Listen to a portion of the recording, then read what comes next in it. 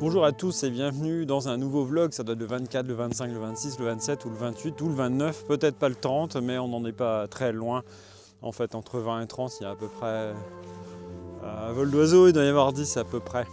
Je suis venu ici sur l'insistance de Humphrey qui a exigé que je reprenne un petit peu du service. Alors je fais attention parce qu'il y a une jolie lumière derrière, mais qui a tendance à écraser un petit peu les trucs que je fais. Alors là, j'ai pris une décision assez formidable. J'ai mis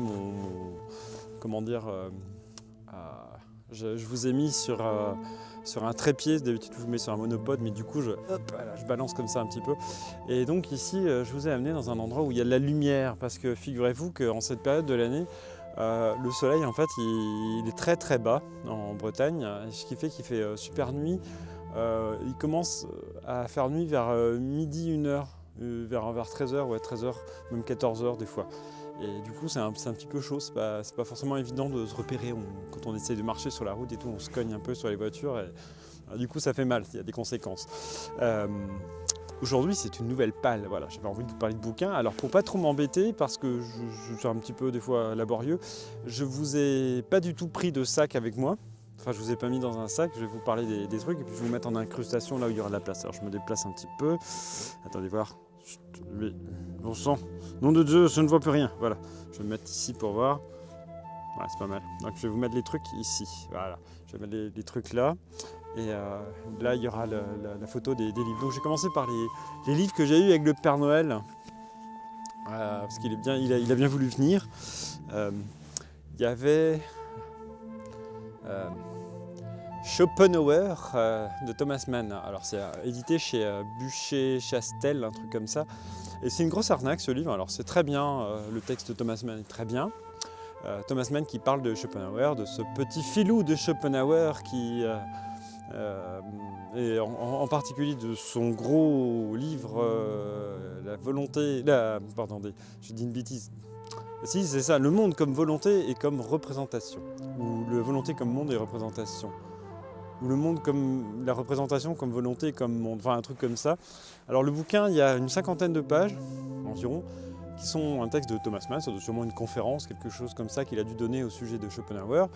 Et donc sa vision de Schopenhauer, d'ailleurs il n'est pas forcément toujours très aimable avec lui, qu'il place à peu près entre Kant et au niveau de la pensée, enfin une sorte de mi-chemin entre Kant et entre Nietzsche.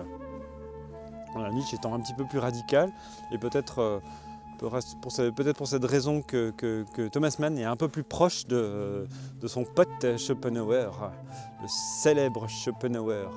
Et par contre, tout le reste, c'est que du texte de Schopenhauer, donc c'est des extraits du monde, de la volonté comme monde et comme représentation. Je ne vais pas y arriver, hein, je suis désolé, et j'ai limite honte, mais je ne l'ai pas lu, je n'ai lu que des extraits pour l'instant, donc je suis en plein dans le bouquin. Voilà pour ce premier livre. Outre le prix Nobel pour mon œuvre Le Journal Traverse, Humphrey a demandé aussi au Père Noël 2 autres bouquins de Thomas Mann, parce que le premier était de Thomas Mann, au cas où vous n'aurez pas compris. Mario le magicien, donc c'est un petit recueil, il doit y avoir 2 ou 3 nouvelles. Je n'ai plus en tête le nom des autres nouvelles, mais vous les verrez sur la petite incrustation que je vais prendre le temps de mettre. Et l'autre c'est Sans réserver, voilà, donc c'est des nouvelles assez, il me semble que c'est des nouvelles assez anciennes de Thomas Mann qui doivent dater d'avant son prix Nobel et forcément avant le mien, que cela soit dit entre nous.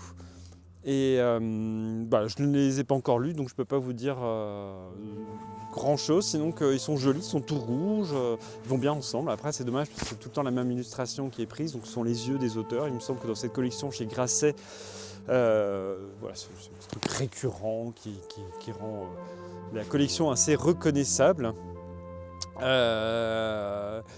Après, il ne faut pas lire ça trop dans les campagnes, justement en Bretagne chez nous, parce que des fois il y a des taureaux. Vous savez, les taureaux aiment bien le rouge, enfin, c'est ce qu'on voit en tout cas à la télé. Après, dans la réalité, je ne sais pas trop. Ou les vampires, peut-être que ça peut être aussi une occasion de rencontrer des vampires. D'ailleurs, ça pourrait être sympa. Je vais peut-être faire ça là, c'est nu. Je vais peut-être venir faire une petite lecture dans un cimetière, quelque chose comme ça, d'un de ces bouquins. Ça pourrait être sympa. Alors ici, on se trouve, alors je ne sais pas si pour l'instant vous voyez qu'un talus et les comment on appelle ça, les champs qui sont derrière, mais dans ce coin, c'est assez rigolo parce qu'il y a Et de l'autre côté, là, vous verrez tout à l'heure, il y a un petit chemin avec des bois et tout ça. Et puis il y avait un coin un petit peu paumeux, avec des voitures qui passent, bon sang. Cela n'est pas vrai, cela n'est pas vrai. Avec des bloots, des sortes de bloots, voilà, un peu comme comment il s'appelle, les bloots de Gilles Bruni. Vous connaissez sans doute Gilles Bruni, ça serait étonnant que vous ne le connaissiez pas, qui a fait une résidence, la résidence, justement, l'esprit du lieu autour du lac de Grandlieu. Alors ça se voit peut-être pas, mais ici c'est un repère de gauchistes. Bon, je ne vais pas trop, me moquer, moi-même je suis quand même légèrement comment dire, parti pris dans cette affaire. Voilà, là vous avez donc les fameux arbres dont je vous parlais tout à l'heure, avec la caravane, une caravane pour payer quand il y a l'événement qui se passe une fois par an, ou peut-être deux dans les temps à venir. Ici vous avez le chemin mystérieux, peut-être verra-t-on des gens, ou peut-être l'encou, on verra peut-être l'encou passer. Alors qu'est-ce que j'ai eu avec le Père Noël encore? J'ai emprunté, alors là c'est plutôt la bibliothèque, mais il faudra que je le rende, donc Humphrey a réussi à négocier certains bouquins, mais bon, il va falloir que je les rende quand même, qui s'appelle Point de repère. Il me semble que j'en ai déjà parlé, de Pierre Boulez. Oui, j'en ai parlé la dernière fois parce que j'ai fait un petit point. Oui, j'ai fait une mini-palle. Ah, ça se trouve, je vais reparler de certains livres de la palle. Bon, tant pis, parce que là, quand j'en ai parlé, il n'y avait pas ces magnifiques arbres qui cachent des dangers menaçants de la Bretagne et les mystères fascinants du gauchisme en Bretagne. Et du coup, j'ai lu ce livre de Pierre Boulez. Alors, c'est le premier tome. Je vous ai expliqué peut-être un peu l'histoire de l'édition de ce bouquin. En fait, c'est un bouquin qui a d'abord été en un seul tome. Et puis, il se trouve que les éditeurs, et Jean-Jacques Nattiez, qui est un petit peu derrière tout ce travail de recueil, qu'on appelle ça, de ramassage, non, c'est pas le mot, mais de remettage dans un même livre, voilà. Je ne sais pas si c'est très littéraire comme mot, mais bref, d'une grande partie des textes de Pierre Boulez, compositeur, donc, qui est décédé en janvier, je crois, enfin en 2016, c'est sûr, le mois, je ne suis plus très sûr. Et donc, qui a regroupé tous ces textes qui sont occupés. Et une fois que le livre Point de repère est sorti, qui comprenait aussi d'autres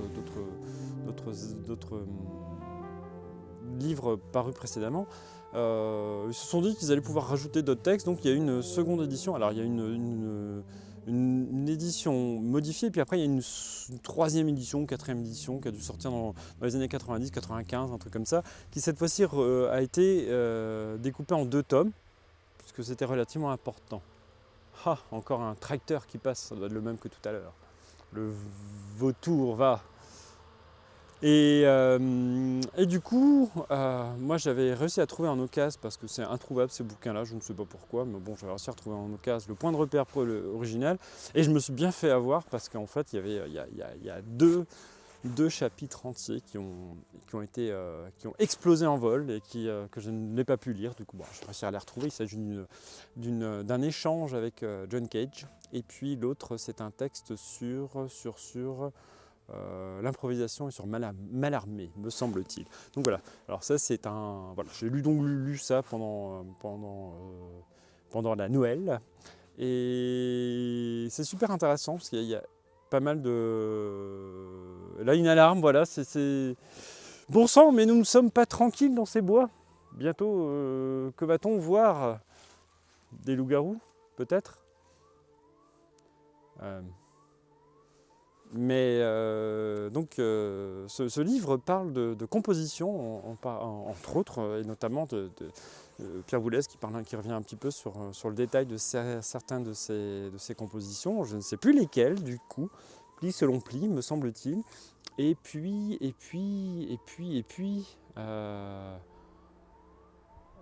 une structure pour 2 pianos, je crois, mais j'ai un doute parce qu'il y a un texte, il y a des textes qui ont été retirés ensuite de la nouvelle édition pour être remis dans d'autres recueils, notamment l'interview enfin pas l'interview, l'échange, la correspondance, voilà, avec John Cage, et ça m'a pas mal secoué quand même parce que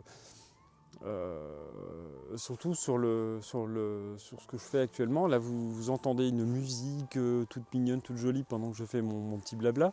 Bah, cette musique, c'est pas le type de musique que j'ai envie de faire.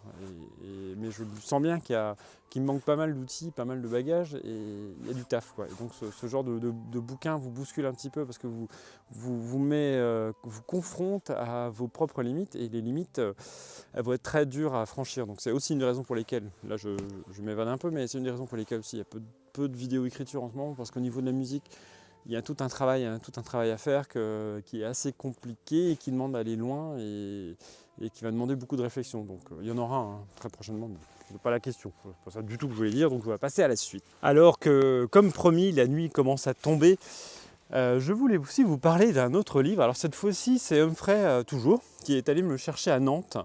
Il s'agit de Clonk et ses dysfonctionnements du très célèbre Pierre Barreau, dont je vous ai déjà parlé. Alors c'est un livre que je n'ai pas encore lu, et qui, donc ce Pierre Barreau, avait écrit juste quelques temps avant un autre livre paru chez l'Arbre Vengeur, voilà. Et là, le Clonk est paru chez Louise Bottu. Donc je reviens à celui qui est paru avant, dont je vous avais déjà parlé, qui est Tardigrade, qui est absolument délicieux, je vous le recommande. C'est une forme de biographie savoureuse, dans le sens où, pour une fois, on a un regard assez réaliste, voilà, sur la vie, et notamment sur le tardigrade qui est au centre de cette biographie.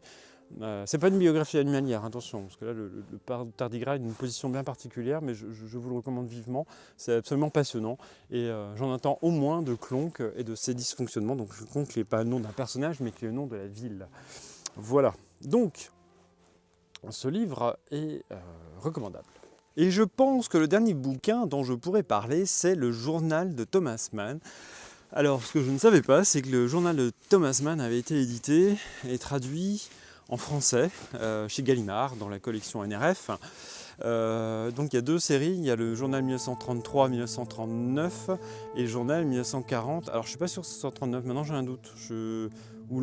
Non, c'est 1921-1933, un truc comme ça. Mais il me semble qu'il y a une interruption. Et ensuite, le journal reprend en 1940 et qui s'achève en 1955. Tout juste quelques semaines avant le décès de Thomas Mann.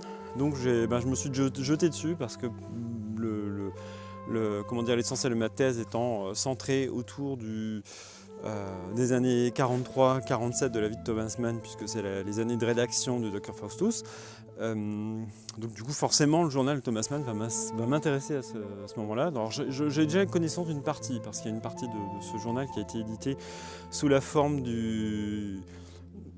d'un ouvrage qui s'appelle le journal du Dr Faustus, donc qui sont des extraits du journal, mais uniquement orientés vers le Dr Faustus. Alors par contre, ce que je ne sais pas, ce que je souhaite voir et découvrir, je ne sais pas du tout si ce sont des extraits du journal qui ont été repris intégralement, ou si ce sont seulement, ou si ça a été réécrit par Thomas Mann lui-même, parce que c'est lui qui est à l'initiative de ce livre. Le journal du Dr Faustus doit dater de... Enfin, il est arrivé, je ne suis pas plus très sûr de l'année, mais ça doit être quelque chose comme 1948 à vérifier.